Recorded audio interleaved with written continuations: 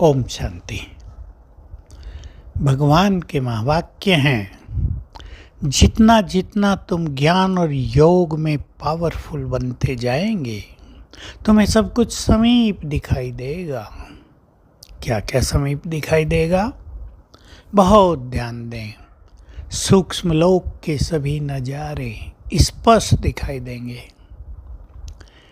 परम धाम स्पष्ट दिखाई देगा। हमारा आने वाला स्वर्णिम युग स्पष्ट दिखाई देगा। सृष्टि पर परिवर्तन के दौरान क्या क्या होने जा रहा है वो सब स्पष्ट दिखाई देगा। कौन भक्त हमें पुकार रहे हैं मदद के लिए स्पष्ट सुनाई और दिखाई देगा। बहुत सुंदर स्थिति है, बहुत सुंदर एक प्राप्ति है, क्योंकि हम विश्व कल्याणकारी हैं। हमें सबका कल्याण भी करना है, दुखियों की आवाज़ सुनकर उन्हें सकाश देकर दुखों से मुक्त भी करना है।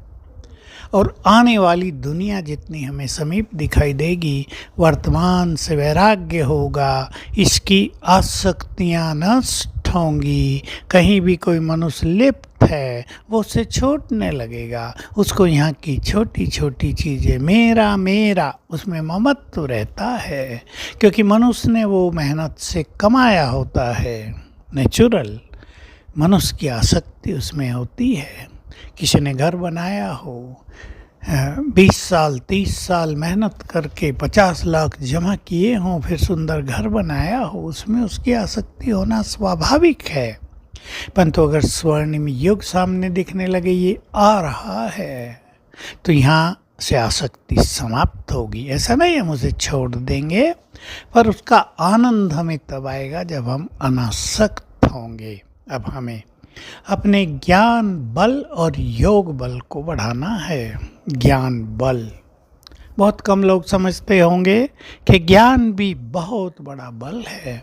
देखो, हमारे पास अब तक शास्त्रों का, उपनिषदों का, गीता का, दर्शनों का ज्ञान था, लेकिन वो हमें नीचे उतरने से, नीचे गिरने से, दुखी होने से, तमोप्रधान बनने से रोक नहीं पाया। ज्ञान का बल नहीं है। हमें स्वयं भगवान ने सत्य ज्ञान दिया तो हमें बल प्रदान किया, लेकिन अगर हम उसको बल नहीं बनाते तो हमारी भी उन्नति हमें प्रतीत नहीं होगी। ज्ञान को अपना बल बना लें। ज्ञान रोशनी है, वो लाइट है हमारे लिए, लेकिन वो माइट भी है। हमें मंजिल की पूरी राह भी दिखाती है, लेकिन उस राह पर चलने का बल भी मिलता है। तो ज्ञान की बहुत सारी बातें अपने पास इस तरह नोट करके रखें, बुद्धि में भी और डायरी में भी, कि समय पर हम उन्हें याद करें और हमारी स्थिति, बिगड़ी हुई स्थिति एकदम स्थिर हो जाए। हमारी गई हुई खुशी पुनः लौट आए। हमें लगी हुई चिंताएं समाप्त हो जाए, भय समाप्त हो जाए। इसको कहेंगे ज्ञान का बल, योग का बल, जिससे परिचित हैं। भगवान ने स्वयं आकर राजयोग सिखाया है, छोटी चीज़ नहीं है।